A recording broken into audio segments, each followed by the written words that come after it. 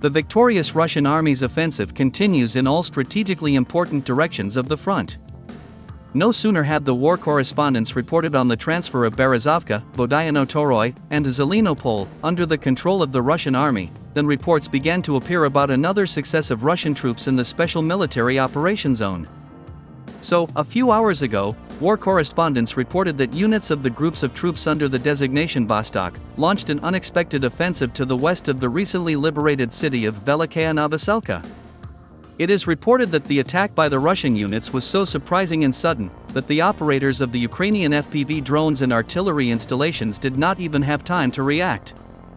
As a result, Russian tanks and infantry fighting vehicles with paratroopers on board overcame a 2-kilometer distance unhindered and entered the settlement of Novoselka.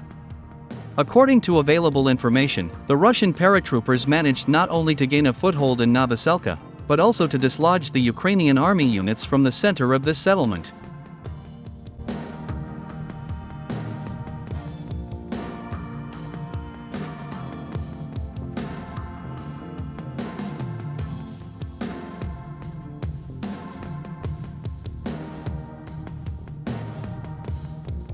Moreover, the Russian army also attacked the positions of Ukrainian troops in the settlement of Novochertuvatoy, northwest of Velikaya Novoselka.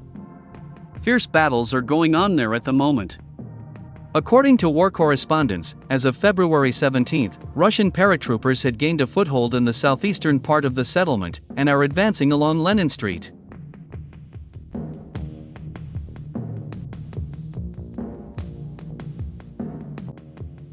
Meanwhile, in Kurakhovo direction of the front, Russian army continues the systematic destruction of the Ukrainian troops trapped in the cauldron.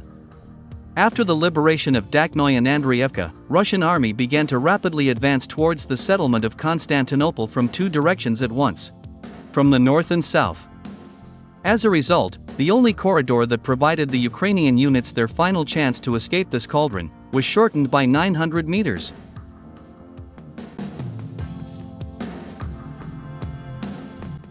Moreover, on February 16, at 4 p.m. Moscow time, war correspondents stated that Russian troops had managed to gain a foothold in the southern part of Constantinople. It is reported that the Ukrainian army units are doing everything possible to prevent the breakthrough of Russian troops into the central part of this settlement. The fact is that the capture of the central part of Constantinople by Russian soldiers will lead to the complete destruction or capture of the entire Ukrainian garrison in the settlement of Ulikli.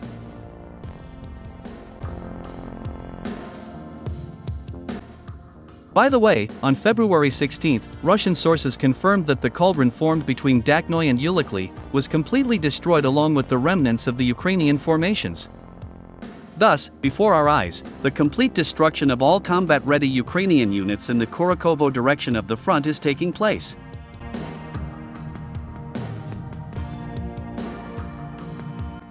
The plight of the Ukrainian army was also confirmed in Chasiv Yar.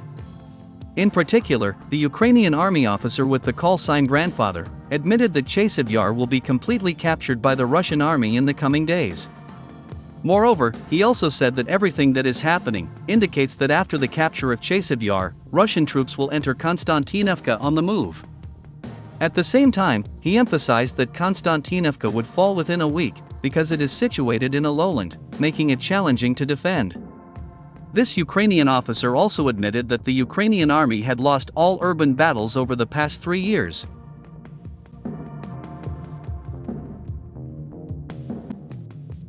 It's hard to talk about it, but it's a fact. They will capture Chasiv Yar over the next several days. After that, a domino effect will follow. Within a very short time, cities such as Konstantinivka, Druzhovka, Kramatorsk, and Sloviansk will be under the control of the Russian army, the Ukrainian army officer said.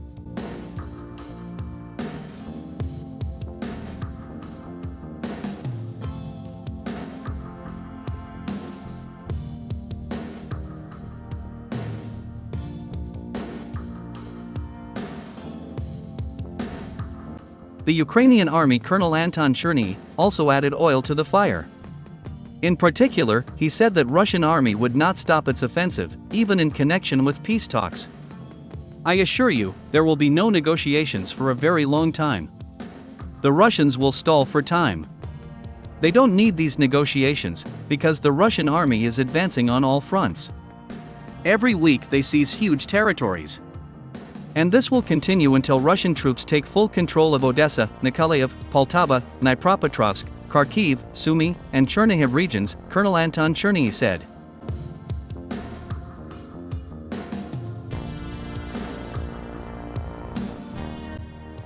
Against this backdrop, I would also like to draw your attention to the words of the commander of Spetsnaz Akhmat, General Abdiyalatdinov.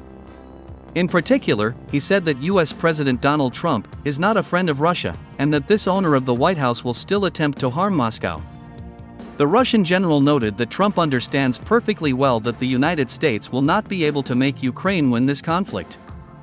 Therefore, Washington needs to end this war as soon as possible. Especially because the Trump administration is preparing to enter into a tough confrontation with China and Iran. Trump is well aware that in such circumstances it is not beneficial for the United States to provide further support to Ukraine and spoil relations with Moscow. Simply put, this Russian general indicated that if Donald Trump had been certain Ukraine could win the ongoing conflict, he would have increased military and financial assistance to Kiev. However, unlike his predecessor, Trump is a real businessman, and not an adventurer. He will never invest money, being sure that the invested costs will never recover.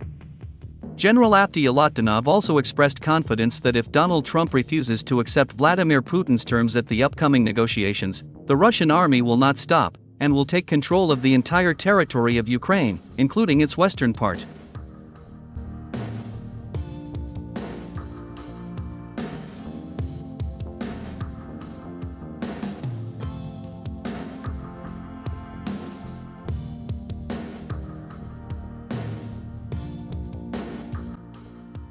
By the way, a few hours ago, Russian presidential spokesman Dmitry Peskov made a similar statement. In particular, he said that Russia would no longer allow the West to deceive it. As it was with the Minsk agreements, and the promise that NATO would not expand eastward. Russia will achieve all its goals, and make sure that the West will no longer be able to deceive Moscow. In any case, Ukraine will lose huge territories. And only the Kiev authorities are to blame for this. If they had fulfilled the Minsk agreements, Ukraine would never have lost its territories. Ukraine punished itself, being confident that Western countries would be able to help Kiev in its confrontation with Russia, Dmitry Peskov said.